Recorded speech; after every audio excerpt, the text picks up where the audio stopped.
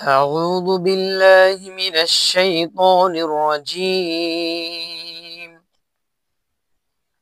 بسم الله الرحمن الرحيم. ومن الناس من يعجبك قوله في الحياة الدنيا ويشهد الله على ما في قلبه وهو ألد الخصام. وإذا تولى سعى في الأرض ليفسد فيها ويهلك الحرث والنسل والله لا يحب الفساد. وإذا قيل له اتق الله أخذته العزة بالإثم فحسبه جهنم ولبئس المهاد. ومن الناس من يشري نفسه ابتغاء مرضات الله والله رؤوف بالعباد. يا أيها الذين آمنوا ادخلوا في السلم كافة ولا تتبعوا خطوات الشيطان إنه لكم عدو مبين. فإن زللتم من بعد ما جاءتكم البينات فاعلموا أن الله عزيز حكيم. هل ينظرون إلا أن يأتيهم الله في ظلل من الغمام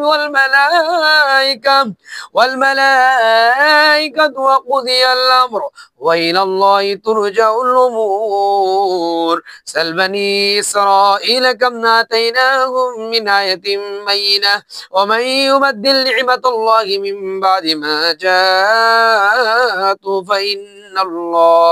فإن الله شديد العقاب. زين للذين كفروا الحياة الدنيا ويسخرون من الذين آمنوا والذين اتقوا فوقهم يوم القيامة والله يرزق من يشاء بغير حساب. كان الناس أمة واحدة فبعث الله النبيين مبشرين ومنذرين وأنزل معهم الكتاب بالحق ليحكم بين الناس فيما اختلفوا فيه وما اختلف فيه إلا الذين أوتوه من بعد ما جاءتهم البينات بغيا بينهم فهدى الله الذين آمنوا لما اختلفوا فيه من الحق بإذنه والله يهدي من يشاء إلى صراط مستقيم. أم حسبتم أن تدخلوا الجنة ولما يأتكم مثل الذين خلوا من قبلكم مستهم البأساء والضراء وزلزلوا حتى يقول الرسول والذين آمنوا متى نصر الله ألا إن نصر الله قريب. يسألونك ماذا ينفقون قل ما أنفقتم من خير فللوالدين والأقربين واليتامى والمساكين وابن السبيل وما تفعلوا من خير فإن الله به عليم. كتب عليكم القتال وهو كره لكم عسى أن تكرهوا شيئا وخير لكم عسى أن تحبوا شيئا وشر لكم والله يعلم أنتم لا تعلمون. يسألونك عن الشهر الحرام قتال فيه قل قتال فيه كبير وصد عن سبيل الله وكفر به والمسجد الحرام وإخراج أهله منه أكبر عند الله والفتنة أكبر من القتل ولا يزالون يقاتلون حتى يردوكم عن دينكم إن استطاعوا ومن يرتد منكم عن دينه فيمت وهو كافر فأولئك حبطت أعمالهم في الدنيا والآخرة وأولئك أصحاب النار هم فيها خالدون. إن الذين آمنوا والذين هاجروا وجاهدوا في سبيل الله أولئك يرجون رحمة الله والله غفور رحيم. يسألونك عن الخمر والميسر قل فيهما إثم كبير ومنافع للناس وإثمهما أكبر من نفعهما ويسألونك ماذا ينفقون قل العفو كذلك يبين الله لكم الآيات لعلكم تتفكرون. في الدنيا والآخرة ويسألونك عن اليتامى قل إصلاح لهم خير وإن تخالدوهم فإخوانكم والله يعلم المفسد من المصلح ولو شاء الله لعنتكم إن الله عزيز حكيم ولا تنكحوا المشركات حتى يؤمن ولا أمة مؤمنة خير من مشركة ولو أعجبتكم ولا تنكحوا المشركين حتى يؤمنوا ولا عبد مؤمن خير من مشرك ولو أعجبكم أولئك يدعون إلى النار والله يدعو إلى الجنة والمغفرة بإذنه ويبين آياته للناس لعلهم يتذكرون ويسألونك عن المحيض قل هو أذى فاعتزلوا النساء في المحيض ولا تقربوهن حتى يطهرن فإذا تطهرن فأتوهن من حيث أمركم الله إن الله يحب التوابين ويحب المتطهرين نساؤكم عرض لكم فأتوا عرضكم أن شئتم وقدموا لأنفسكم واتقوا الله واعلموا أنكم ملاقوه وبشر المؤمنين ولا تجعلوا الله عرضة لأيمانكم أن تبروا وتتقوا وتصلحوا بين الناس والله سميع عليم لا يؤاخذكم الله باللغو في أيمانكم ولكن يؤاخذكم بما كسبت قلوبكم والله غفور حليم للذين يؤلون من نسائهم تربص 4 أشهر فإن فاءوا فإن الله غفور رحيم وإن عزموا الطلاق فإن الله سميع عليم والمطلقات يتربصن بأنفسهن 3 قروء ولا يحل لهن يكتمن ما خلق الله في أرحامهن إن كن يؤمن بالله واليوم الآخر وبعولتهن حق بردهن في ذلك إن أرادوا إصلاحا ولهن مثل الذي عليهن بالمعروف وللرجال عليهن درجة والله عزيز حكيم الطلاق مرتان فإمساك بمعروف أو تصريح بإحسان ولا يحل لكم أن تأخذوا مما آتيتموهن إلا أن يخافا ألا يقيما حدود الله فإن خفتم ألا يقيما حدود الله فلا جناح عليهما فيما ابتدأ به تلك حدود الله فلا تعتدوها ومن يتعد حدود الله فأولئك هم الظالمون فإن طلقها فلا تحل له من بعد حتى تنكح زوجا غيره فإن طلقها فلا جناح عليهما أن يتراجعا إن ظنا أن يقيما حدود الله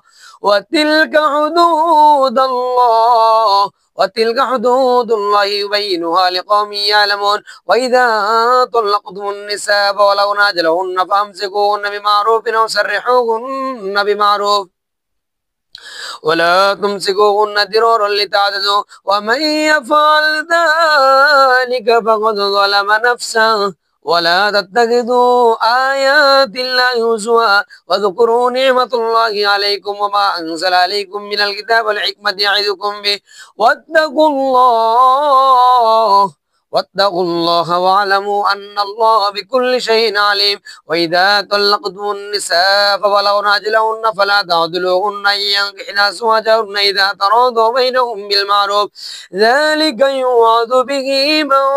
كان منكم يؤمن بالله واليوم الآخر ذلكم أزكى لكم وأطهار والله يعلم وأنتم لا تعلمون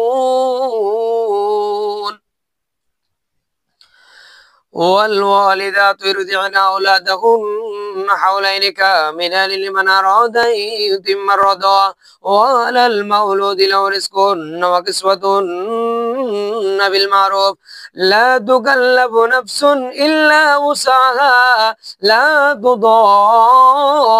والدة بولدها ولا مولود له بولده وعلى الوارث مثل ذلك فإن أرادا فصالا عن تراض منهما وتشاور فلا جناح عليهما وإن أردتم أن تسترضعوا أولادكم فلا جناح عليكم إذا سلمتم ما آتيتم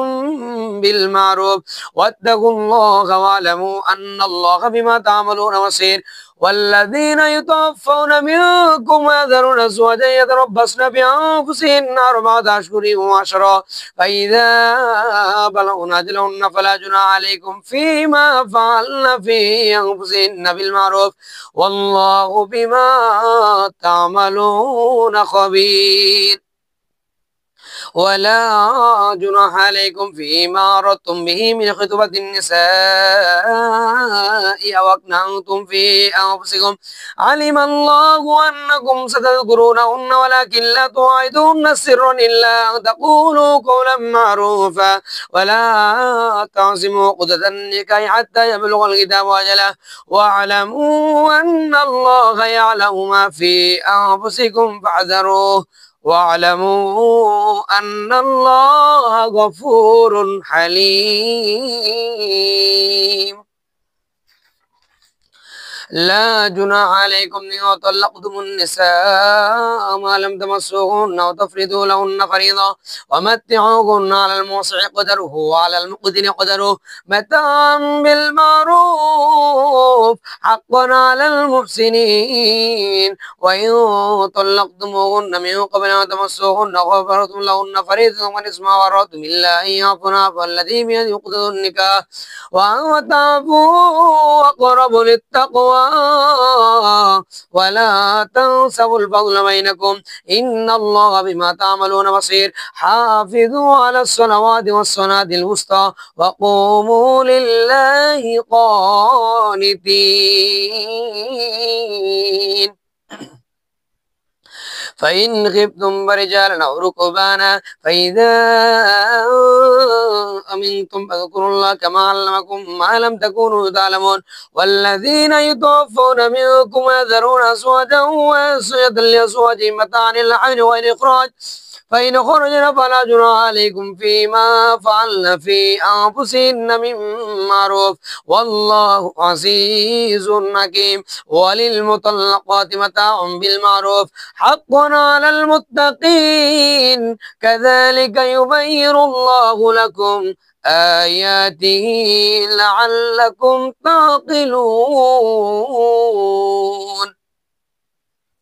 ألم تر إلى الذين خرجوا من ديارهم وهم ألوف حذر الموت فقال لهم الله موتوا ثم أحياهم إن الله لذو فضل على الناس ولكن أكثر الناس لا يشكرون وقاتلوا في سبيل الله واعلموا أن الله سميع عليم من ذا الذي يقرض الله قرضا حسنا فيضاعف له أضعافا كثيرة والله يقبض ويبسط وإليه ترجعون ألم تر إلى الملأ من بني إسرائيل من بعد موسى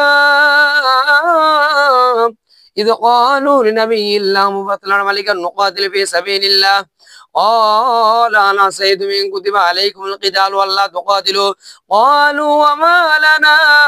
ألا نقاتل في سبيل الله وقد أخرجنا من ديارنا وأبنائنا فلما كتب عليهم القتال تولوا إلا قليلا منهم والله عليم بالظالمين وقال لهم نبيهم إن الله قد بعث لكم طالوت ملكا قالوا أن يكون له الملك علينا ونحن أحق بالملك منه ولم يؤت سعة من المال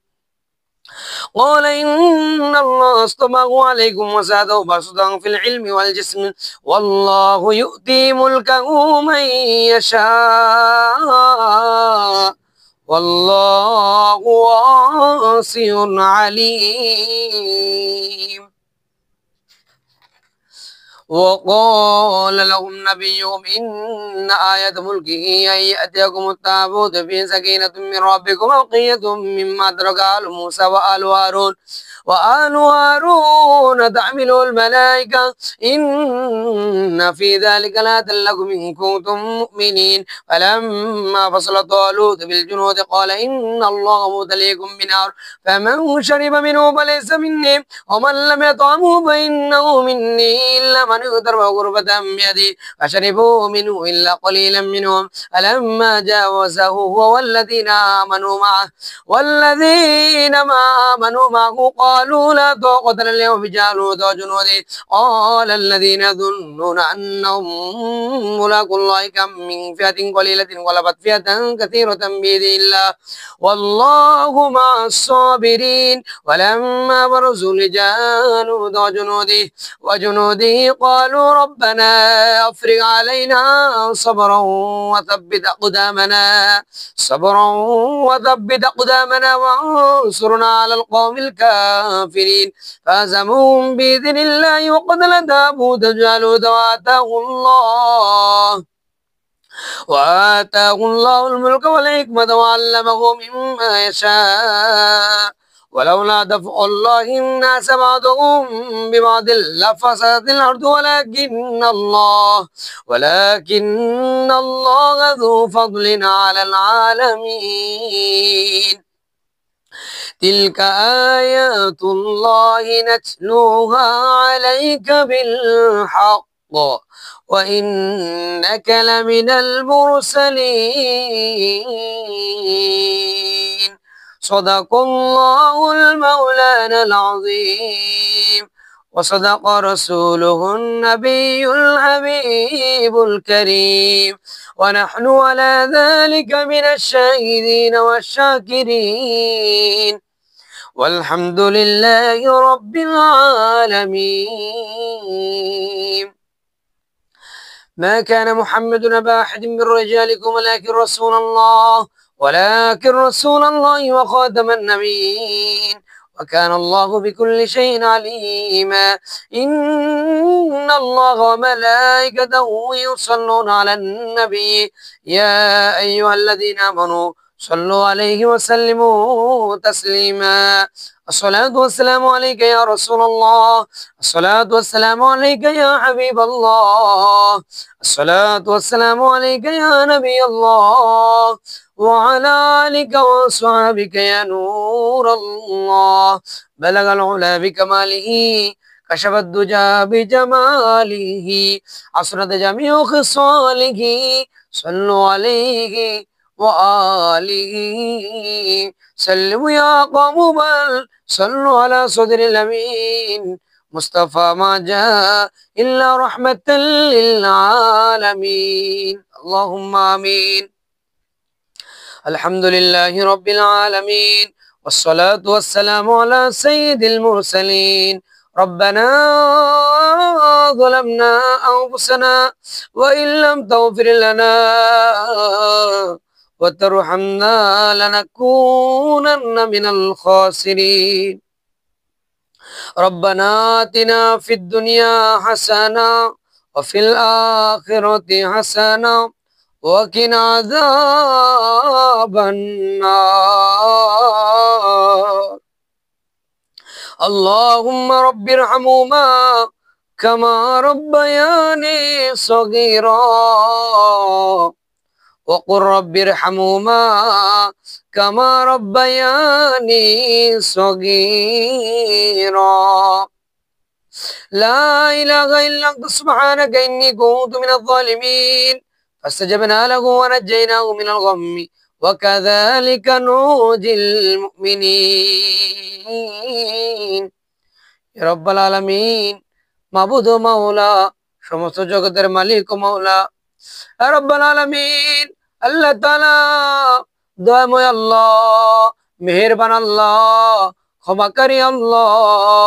দয়া করনে ওয়ালা আল্লাহ ইয়া রাব্বাল আলামিন আপনি এত বড় ইহসান করেছেন এত বড় দয়া করেছেন আল্লাহ সৃষ্টি জগতের মধ্যে আমাদেরকে আশরাফুল মাখলুকাত বানিয়েছেন আল্লাহ আল্লাহ আপনার দরবারে শুকরিয়া কৃতজ্ঞতা কিভাবে আদায় করব আমাদের জানা নেই আল্লাহ সারা জীবন আপনার দরবারে সিজদা আদায় করলো, কৃতজ্ঞতা প্রকাশ হবে না গো আল্লাহ। আপনি তো দয়া করেছেন, ইহসান করেছেন আল্লাহ, মানুষ বানিয়েছেন আল্লাহ, মানুষের মধ্যে থেকে আল্লাহ মুনাফিক কাফের বানান নাই, মানুষের মধ্য থেকে আল্লাহ আপনি মুমিন হিসেবে কবুল করেছে। আল্লাহ আপনি তো মুমিন মুসলমান কবুল করেছেন, কত বড় দয়া করেছে আল্লাহ। আর একটু দয়া করে আমাদেরকে আল্লাহ বেগুনা মাসুম বান্দা হিসেবে কবুল করে নেন, জাহান্নামের আগুন থেকে বাঁচান আল্লাহ, জাহান্নামের খাতা থেকে, গুনাহের খাতা থেকে আমাদের নামটা কেটে দেন